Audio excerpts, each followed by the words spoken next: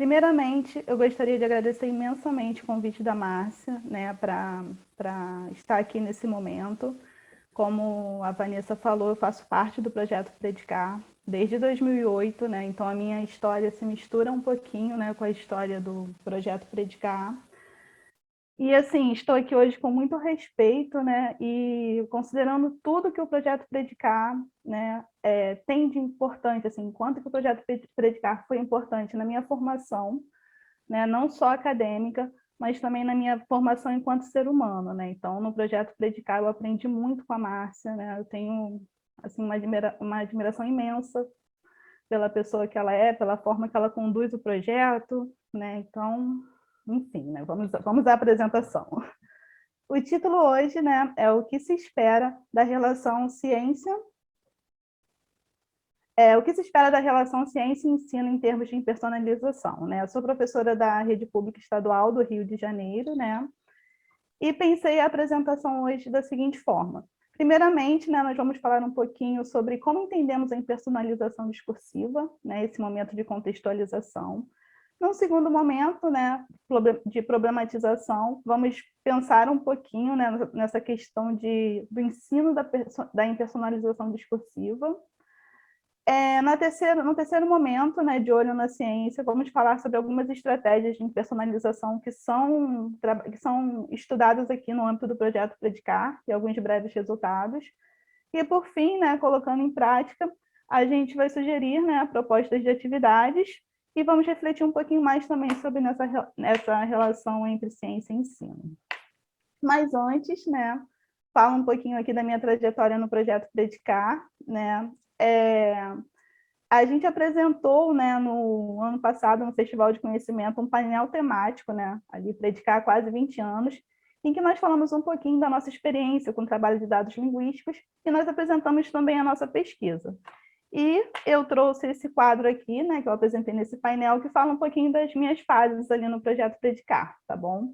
Então, a primeira fase foi a fase de iniciação científica, de 2008 até 2010, em que nós avaliamos, né, analisamos as predicações transitivas diretas com o pronome C, e a gente percebia a relação de marcação de concordância, né, entre predicador verbal e SN plural, né, como ali nos exemplos 1 e 2, joga-se 3, apanha-se 2, pode-se extrair. Num segundo momento, né, no mestrado, de 2011 até 2003, a gente começou a observar a variação de usos da forma verbal tem se a, né, o predicador ter mais o clítico ser ali, em que avaliamos, né, uma gramaticalização dessa construção e o seu contexto de uso ali, né, em variação com a forma verbal a. Durante a iniciação científica, nós já levantávamos, né, esses dados com a construção com o predicador ter mais ser, mas eles eram colocados à parte, ele chamava um pouco, né, esse uso do ter com o pronome ser chamava atenção, porque o ter é um verbo estativo e não entraria, né, em construções de passividade. Então, a gente resolveu investigar um pouco melhor na segunda fase da pesquisa.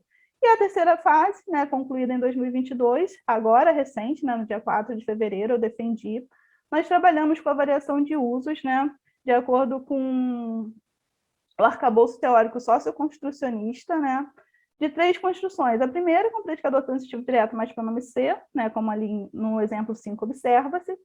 A segunda, né, com o verbo semi-auxiliar mais pronome ser mais verbo principal, pode-se observar. E a segunda, né, com o predicador ter mais o pronome ser. Dito isso, vamos passar um pouquinho a parte de contextualização. Vamos demonstrar como entendemos, né, como compreendemos o processo de personalização discursiva. Eu trouxe ali um trecho, né, uma citação de Machado Vieira, 2020, que diz o seguinte, né? A impersonalização ou impessoalização discursiva é um fenômeno que promove a desfocalização, suspensão ou supressão de um referente participante do discurso envolvido no estado de coisas, como estratégia de preservação da face, né, Brown, Levinson, 1987, ou, em outras palavras, como maneira de impedir, atenuar ou reparar eventuais ameaças à face do interlocutor e ou do participante com papel de força que induz ou experimenta o estado de coisas mediante a distância imposta ao conteúdo proposicional em relação àqueles ou a este. Dito isso, eu trouxe 2 exemplos aqui, né? O primeiro que é uma manchete do portal G1 de Notícias e o segundo um trecho de um tweet. E no primeiro exemplo, né, a gente vê ali o participante responsável pela predicação expresso determinado, né, a Prefeitura do Rio, e num segundo momento a gente tem ali uma construção com o pronome C, né, fechou-se o comércio e as pessoas continuaram suas vidas. Então a gente percebe que no segundo exemplo ali, com o acionamento da impersonalização discursiva, há maior ênfase na ação, né, e no fato, né, na ação em si, no processo, como a gente pode ver na parte ali superior da balança da figura, né, e no fato de que mesmo com as medidas restritivas, né, em relação ao Covid-19, lá no início da pandemia, né, as pessoas ainda circulavam pelos centros urbanos no Brasil, causando aglomerações, né? E mesmo assim, né, com esse participante ali responsável pela predicação suspenso, a gente consegue traçar inferências, né? Pensar ali, né, como está no balão, né? Quem fechou o comércio, né? Então a gente levanta algumas hipóteses, né? Gestores, né? Políticos. Algumas questões também estão em jogo, né, quando nós analisamos, quando nós estudamos a questão da impersonalização discursiva, né, duas delas, né, são determinação e indeterminação, sendo que a determinação ocorre quando identificamos o responsável pela predicação, né, como nesse exemplo, né, Léo Santana critica público em jogos e limitação em shows, né, identificamos, está ali expresso, determinado, e a indeterminação ocorre quando a terceira pessoa discursiva é retirada de cena. Como nesse exemplo aqui, critica-se a comissão técnica que toma as decisões absurdas, né? A gente consegue inferir, fazer referências, mas esse participante ali está retirado de cena, né? Está suspenso.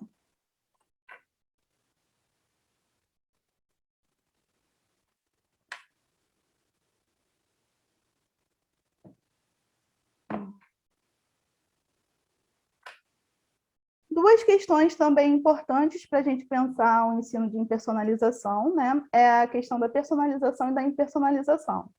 Sendo que a personalização ocorre quando se expressa o participante responsável pela predicação, seja ele a primeira ou a terceira pessoa discursiva, né? Como nos exemplos, né? O primeiro ali, oficializado, o candidato Dória busca outros nomes da terceira via, a terceira pessoa ali, né? Expressa, identificada, e na continuação da notícia, a gente tem uma menção a uma fala do Dória, né? Tenho boas relações com o Sérgio Moro, em que a gente também consegue identificar, só que agora, no caso, né, a primeira pessoa discursiva. E a impersonalização ocorre quando há uma desfocalização, suspensão ou supressão discursiva de um referente participante envolvido no estado de coisas. Nesse caso, o participante está até certo ponto encoberto, seja conhecido, recuperável ou não. Então, temos aqui o exemplo, né? Abriram-se shoppings, bares, restaurantes, igrejas e academias, e a gente percebe mais uma vez, né, que a gente consegue resgatar esse participante, né, por mais que ele esteja ali, não apareça ali, né.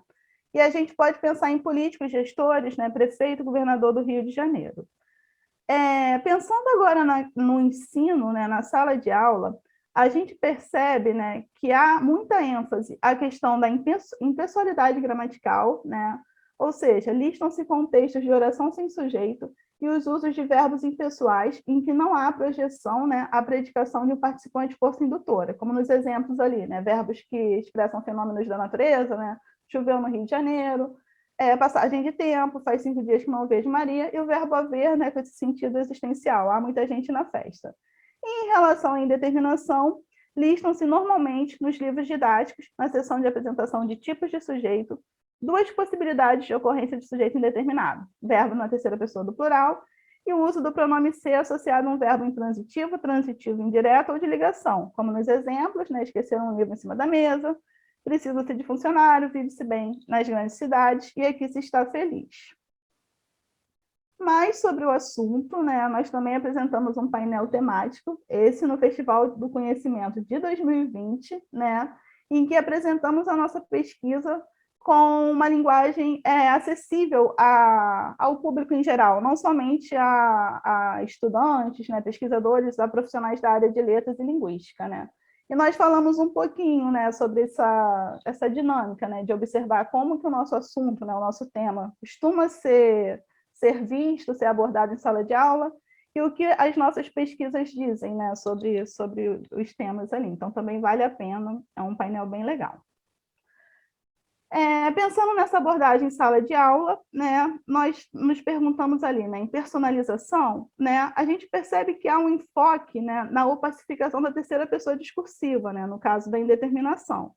Então, eu trouxe aqui um print, né, de um material didático em que a gente percebe ali, né, que listam-se aquelas estratégias de indeterminação do sujeito, que eu já falei no slide anterior, né, com o verbo na terceira pessoa do plural, ou o clítico ser associado a um verbo intransitivo, transitivo indireto ou de ligação. E a gente percebe que a opacificação da primeira pessoa discursiva, né, essa abordagem é feita somente nas sessões que orientam a produção de redações. Então, eu trouxe aqui um print também de um material didático, que na parte que ele fala, né, de técnicas de redação, a impessoalização da linguagem, começa assim: você já deve saber que uma das características principais do texto dissertativo argumentativo é a impessoalidade da linguagem. Para escrever textos de uma maneira mais formal, às vezes é necessário impessoalizá-los. E a gente percebe, né, que a impersonalização ela está presente também em textos informais, em diversos gêneros textuais. O que acontece é que, às vezes, alguma estrutura, alguma construção, como no caso que eu estudo, né, a predicação transitiva com pronome ser, transitiva direta com pronome ser, ela ocorre mais nos textos escritos, textos acadêmicos e jornalísticos opinativos, né? Mas, enfim, né, em todos os níveis de formalidade, tanto na fala quanto na escrita, a gente percebe as mais diversas estratégias de impersonalização sendo acionadas pelo usuário da língua. Também demarquei aqui, né, que quando eles dão algumas dicas, né, de como produzir um texto impessoal, eles marcam ali a generalização do sujeito e dizem, né, não use o discurso na primeira pessoa, eu, né, o pronome eu, ao invés disso, use a terceira pessoa do plural. E tem um nós ali, né, esse nós que é tão utilizado nos textos, né, com esse efeito generalizante, né.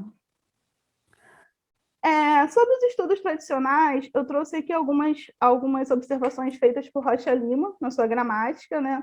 Que ele diz ali que sobre os verbos na voz passiva, né? Organiza-se a voz passiva com o verbo auxiliar ser, conjugado em todas as suas formas, seguido do particípio do verbo que se quer apassivar, né? Então, tem um exemplo ali: nossa casa foi construída por este engenheiro, e ele classifica o agente da passiva, né, que é o complemento que na voz passiva conciliar, também chamada de voz passiva analítica, representa o ser que praticou a ação verbal. E sobre a passiva sintética, Rocha Lima faz a seguinte observação, né? Quando, porém, o ato não emana do sujeito, que é apenas o paciente, temos no pronome que o representa a partícula passivadora. E dá dois exemplos ali, né? Despediram-se os empregados faltosos e admitiram-se alguns dos antigos candidatos. Trouxe também uma partezinha ali da gramática do Rocha Lima, em que a gente observa esse esqueminha que ele faz, que é um esquema que normalmente ele vem nos livros didáticos, né? E os exercícios, né, o colocando em prática, a sessão que solicita que o aluno trabalhe com a passiva, normalmente solicita essa questão, né, que percebe-se ali, né, que na voz ativa, né, o objeto direto passa a ser sujeito na voz passiva e o sujeito da voz ativa passa a agente da passiva, aquele esquema em X, né, em cruz. Então, na minha pesquisa de doutorado, nós analisamos essas construções, né, a predicação transitiva direta, podendo ser acionada para opacificar a terceira pessoa discursiva, né, como no exemplo 1, né, fala-se menos em rever a PEC, quem fala, né, fazendo referência a uma terceira pessoa discursiva, a opacificação da primeira pessoa discursiva, né, como no exemplo 2 e 3, né, pode-se observar, e tem-se que os engenheiros típicos tendem a começar na construção na indústria. Percebemos nessas duas passagens, né, que é um posicionamento, né, uma observação feita pelo pesquisador, pelo autor da tese, e ainda, né, a construção com o predicador ter mais pronome ser sendo acionada também em contexto de existencialidade, ou seja, uma predicação sem participante, né? Então, paralelamente, sem participante, força indutora, né? Então, paralelamente, tem-se no Rio uma polícia militar altamente letal, né? Existe no Rio uma polícia militar altamente letal. Só que nem sempre, né, a gente percebe que as coisas na língua são tão organizadas. Então, nós trabalhamos na tese com 7 graus de impersonalização, considerando, né, um contínuo de determinação e indeterminação e o esvaziamento da referenciação, em que no grau 1 a gente observava que a construção podia ser acionada para retirar de cena a primeira pessoa discursiva, né, pretende se demonstrar, também é uma observação, quem pretende demonstrar é o autor da tese. No grau 2, a gente percebeu uma articulação entre a primeira e a segunda pessoa, né? Frise-se, a preocupação aqui não é com a continuidade ou não, então é como se o pesquisador convidasse o leitor ali a frisar com ele, a observar com ele. No grau 3, nós observamos ali a primeira pessoa discursiva semi-inclusiva, né? Então, desse modo, tem-se, respectivamente, a observância das tendências à universalização. Então, a gente percebe que a gente também consegue recuperar o participante suspenso como a primeira pessoa discursiva, mas de uma forma um pouco mais distanciada do que acontece em um. No grau 4, a gente observa ali uma recuperação de uma primeira pessoa do plural, uma indeterminação genérica, né? Sabe-se que a rede pública estadual tem problemas de sobra. A gente observa ali que é um conhecimento compartilhado pelo editorialista, pelo leitor do jornal e, de uma forma geral, pelos cidadãos ali do Rio de Janeiro. No grau 5, a gente já percebe uma referência à terceira pessoa discursiva, né? Liberaram-se parques, pontos turísticos, né? A gente consegue recuperar ali quem é o responsável pela predicação, apesar dele estar suspenso, né? Quem são os responsáveis, como que a gente pode inferir, né? Esses responsáveis.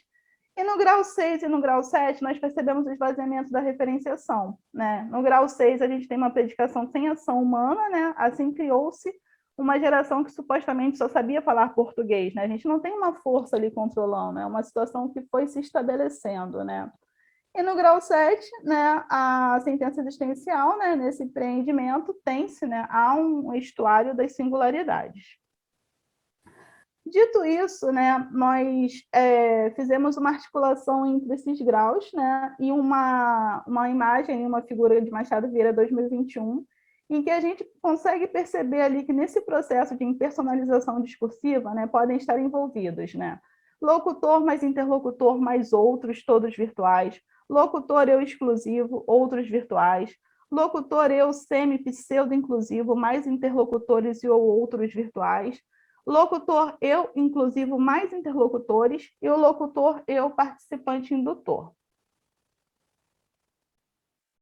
Também vamos falar um pouquinho, né, sobre a influência dos gêneros textuais, porque na tese nós trabalhamos com textos acadêmicos e textos jornalísticos, né, e nós observamos ali, né, que em relação à opacificação da primeira pessoa discursiva ou da terceira pessoa discursiva, né, ou seja, no grau 1 ali, as sentenças que foram classificadas ali são aquelas em que a gente percebe a opacificação da primeira pessoa discursiva, né? Constituiu-se um corpus, né? O autor da dissertação constituiu, o pesquisador constituiu. E no grau 5 ali, tentou-se de início acobertar a barbárie, né? Uma referência a uma ação de uma terceira pessoa discursiva. A gente percebeu que no texto acadêmico, né, a Constituição é mais acionada para opacificar, né, a primeira pessoa discursiva. E no texto jornalístico, né, essa construção, a predicação transitiva direta, ela é mais acionada para opacificar a terceira pessoa discursiva. E esse resultado ele está diretamente ligado às práticas que estão envolvidas ali em cada gênero textual. Por exemplo, quando nós lemos uma dissertação ou uma tese, nós observamos que todas as menções, né, que são feitas à terceira pessoa, pesquisadores, elas são demarcadas no texto, né, com menos de 3 linhas, entre aspas, com mais de 4 linhas ali, com um recuo de 4 centímetros. Então, a gente cita, a gente precisa nomear ali quem são as pessoas envolvidas ali nos nossos estudos, né? E o pesquisador, né, se retira de cena, de certo modo, ali, quando ele pratica a impersonalização, quando ele ativa essas construções de impersonalização, para que o foco, né, esteja no que ele está apresentando, no seu dado, no seu fato, né, na ciência em si. E já os textos jornalísticos que analisamos, né, os editoriais e os artigos de opinião, eles trabalham com personalidades públicas, né, principalmente com figuras políticas.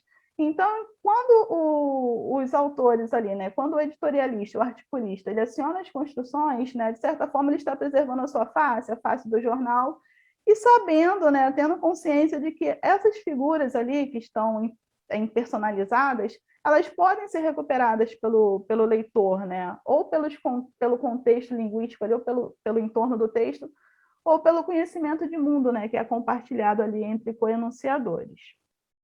Dessa forma, né, Wiedmer e Machado Vieira, 2022, defendem que os gêneros textuais e os tipos textuais podem ser concebidos como construções, ou seja, pareamento de forma, significado e função.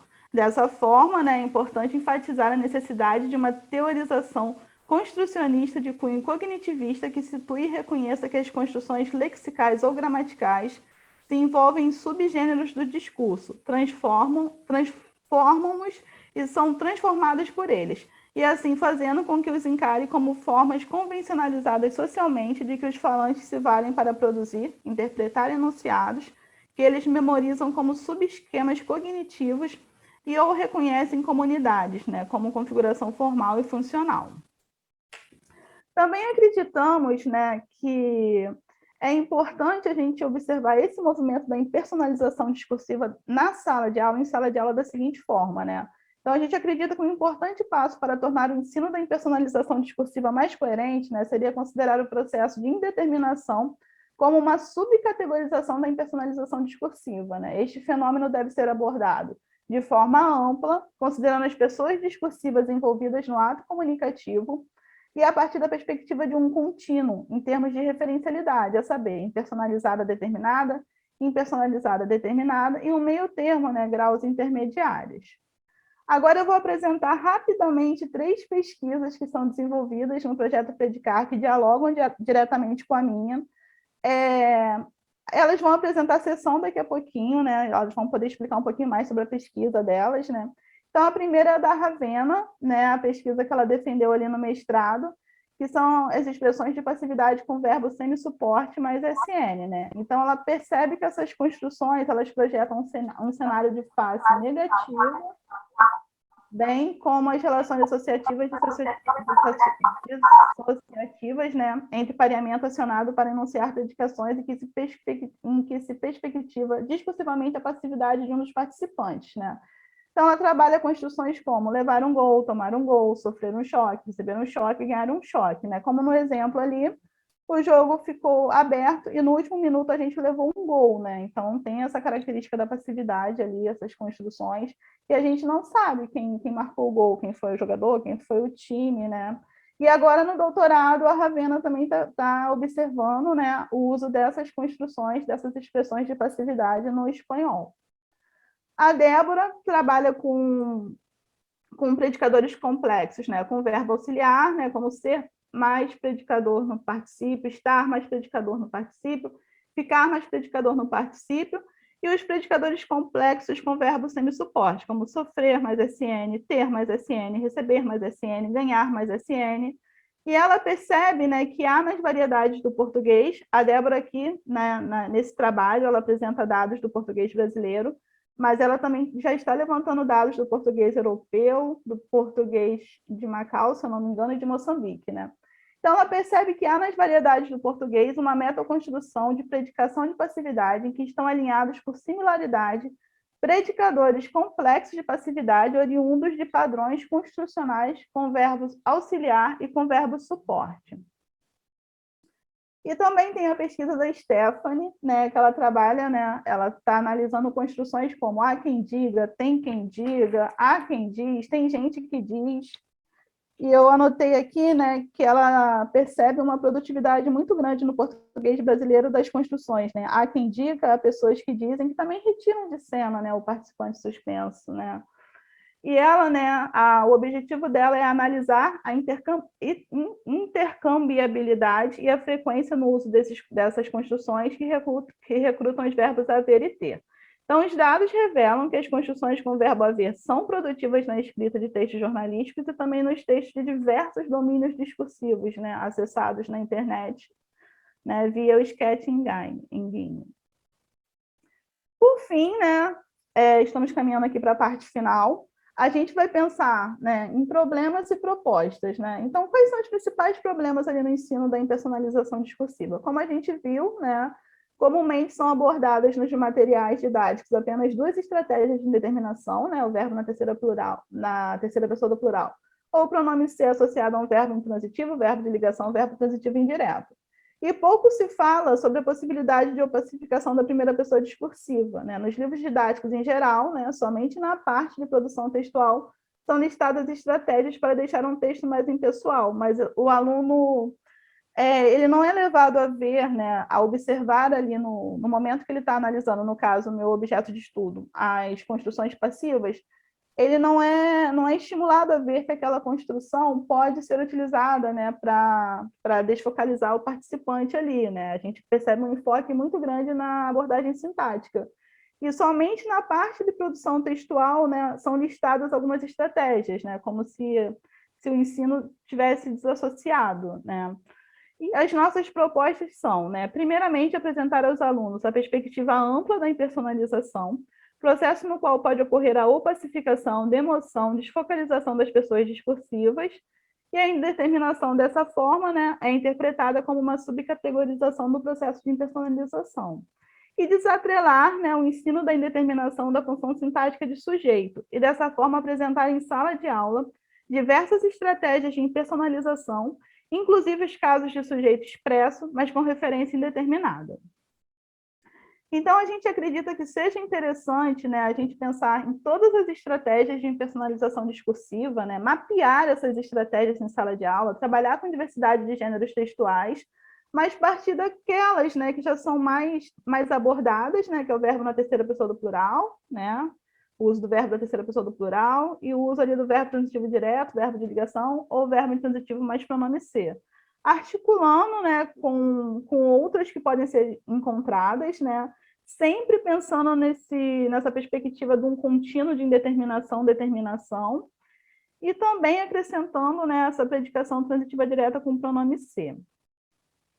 Então, para a elaboração de atividades, né, sobre a personalização, a gente acredita que é importante, primeiramente, né, partir dessa abordagem que costuma ser feita em sala de aula, estar atento às pesquisas linguísticas, né, que versam sobre o tema e apresentar diferentes estratégias de personalização que estão disponíveis na língua, observar que determinadas construções são mais comuns em determinados gêneros textuais e capacitar o aluno a perceber as intenções que podem motivar o uso de estratégias de personalização discursiva e trazer reflexão sobre as escolhas linguísticas que podem ser feitas pelo usuário da língua. E por que o usuário da língua, né, opta por retirar de cena o participante responsável pela predicação? Eu acredito que seja importante, né, estimular o aluno a pensar sobre essa questão, né? Então, eu trouxe aqui um trecho de Saraiva Tiali que diz o seguinte, né, que em textos da mídia, um jornalista pode querer ser evasivo ou não se comprometer a responsabilizar alguém ou alguma instituição a que é solidário. E em textos da ciência, a motivação pode ser simplesmente seguir uma tradição discursiva de pôr em evidência o fato científico e uma escrita menos subjetiva. Esse é um artigo nosso que foi publicado na revista Rosetta, né, que é uma revista que tem um material muito legal, muito acessível, né, ao público geral, né, não somente a pesquisadores e estudantes da área de linguística e letras. E pensar também, né, em apresentar para o aluno essa articulação entre co-enunciadores, né? Pensar na pessoa que fala e escreve, na pessoa de quem se fala, de quem se escreve, e a pessoa a quem se fala e a quem se escreve. Pensar na articulação dessas três pessoas discursivas, né? E observar ali que nessa relação, né, quando se propõe uma impersonalização discursiva, está em jogo, né, essa capacidade que o interlocutor pode ter, né, de recuperar quem é esse participante suspenso, né, de produzir significado. Trouxe aqui uma atividade, né, que ela está ali em Saraiva 2022, que é um livro que vai sair. No livro, no capítulo, a gente trabalha com cada sentença, explicando o porquê da seleção de cada uma delas, mas a gente percebe ali que tem textos tem fragmentos de dissertação, artigo de opinião, de redação do Enem, né, de entrevista do programa Roda Viva, de tweet, né, diversos gêneros textuais ali. E o comando é o seguinte, né? Analise os usos linguísticos nos fragmentos abaixo e indique potenciais referencialidades das construções em destaque, indicando quem pode ser recuperado como o responsável pela ação, processo e evento. Então, é uma atividade, né, que estimula essa inferência, né, essa leitura um pouco mais atenta, um pouco mais crítica, em que o aluno perceba que é possível a gente recuperar quem são os possíveis participantes suspensos. Essa próxima atividade, ela está na tese, a tese já está publicada, né, no site do Programa de Pós-Graduação em Letras Vernáculas, e a atividade sugere o seguinte: observe os dois textos jornalísticos abaixo, o primeiro é uma notícia e o segundo é um editorial. Ambos compartilham a mesma temática de pano de fundo, né, a suspensão do Carnaval de 2022, por conta do avanço da variante Ômicron, né, Covid-19, no início do ano. Entretanto, a forma de abordagem é bem diferente nos dois textos. Aponte qual deles lança a mão da estratégia de impersonalização discursiva com o uso de predicação transitiva direta com o pronome C e descreva as possíveis razões para que a impersonalização discursiva esteja presente nesse texto e não no outro. Então, a gente trabalhou com essa notícia, a gente percebe que a notícia é um texto narrativo, né? A gente tem algumas estratégias ali que eu demarquei, né? De expressões generalizantes ali, como os foliões, a galera, todos os personagens ali envolvidos, né, que foram entrevistados, eles estão identificados, né? E o segundo texto é o editorial, que é o texto que contém, né, a predicação transitiva direta com o pronome C, é um texto argumentativo, e nesse momento ali, o editorialista, ele está trabalhando ali com opiniões dele, opiniões que ele quer, né, que seja compartilhada com o leitor, né? Então, ele usa ali essas construções. Também destaco que a gente comentou cada parágrafo de cada texto, as estratégias que foram utilizadas, a gente também tem um gabarito dessa atividade na tese, tá? Para quem quiser consultar um pouquinho mais, por conta do tempo, né? Eu vou passar por elas somente. E aqui, pensando um pouquinho mais na... Ô, Débora, quanto tempo eu ainda tenho? 9 minutinhos. Tá bom, obrigada, Débora. Então, pensando agora na relação entre ciência e ensino, né, na formação de pessoas, a gente acredita que seja importante colocar em proeminência, né, análises que considerem as relações que podem se estabelecer entre as pessoas, né, questões referentes à diplomacia, polidez, resistência e lugar de fala. Em relação à impersonalização e à interação, né, a gente acredita que a personalização e a impersonalização entram gramaticalmente nas construções de textos e se associam, né, com a interação comunicativa entre emissores e receptores, né, e entram em jogo, né, questões como alteridade, empatia. Pensando no texto científico, né, às vezes nós impersonalizamos porque importa focalizar a descoberta científica e não o pesquisador. Enfatiza-se o desenvolvimento tecnológico perspectivado em benefício de uma comunidade científica, escolar ou não. Pensando ali no ensino de personalização no contexto atual, a gente acredita que em meio a um cenário de propagação de tantas fake news travestidas de verdade, é urgente trabalhar com os meandros, né, com os recursos e oportunidades discursivas de personalização e recuperação de referentes, né? E ali, né, de olho na ciência aberta, né, levar sempre em consideração a articulação entre a ciência e o ensino. Então, essa é uma preocupação que está presente no projeto Predicar, né? É um tema, né? Está na nossa agenda de debates, a gente procurar dialogar com o ensino, né? Deixar a ciência mais acessível, deixar os nossos resultados mais acessíveis, né? E eu trouxe aqui um artigo, né, que fala um pouquinho sobre a ciência aberta, né? E diz que ela é uma mudança cultural no modo de fazer científico, né? Então a gente percebe, né, de acordo com a autora ali, né, com a Pistori, que ela disse que a maior parte dessas alterações, né, elas acontecem nas ciências humanas, né, e mais especificamente nas ciências da linguagem. Então a gente percebe, né, que os estudos linguísticos estão preocupados com essa articulação, com essa ponte, né, com esse diálogo ali entre a comunidade, entre a sociedade, e no nosso caso aqui no diálogo com a sala de aula, né, com o ensino. E também eles destacam ali, né, que os dizeres, né, e tal, eles falam que, de acordo com a ciência aberta e tudo, né, também a gente percebe uma crítica, né, a esse possível hermetismo ao trabalho científico, né, e eu destaco aqui, né, mais uma vez que esse tema é relevante e tem sido discutido aqui também no âmbito do projeto Predicar. Finalizando, né, pensando ali na articulação entre ciência e ensino, a gente acredita que é de suma importância, né, trazer os resultados das pesquisas linguísticas para a sala de aula. E em relação à personalização discursiva, né, apresentar diversas estratégias que estão disponíveis na língua, né, trabalhar com diversos gêneros textuais, trazer reflexões sobre os usos, né, incentivar a pesquisa, pedir para o aluno separar as estratégias que ele encontrou, dialogar em sala de aula sobre elas. Reflexões sobre o uso, né? Propor reflexões sobre as escolhas linguísticas dos usuários da língua E em relação à impersonalização e indeterminação, né, apresentar a indeterminação como uma subcategorização do processo de impersonalização discursiva e, por fim, né, desatrelar o ensino da indeterminação discursiva da função sintática de sujeito. Muito obrigada. Mais 5 minutos.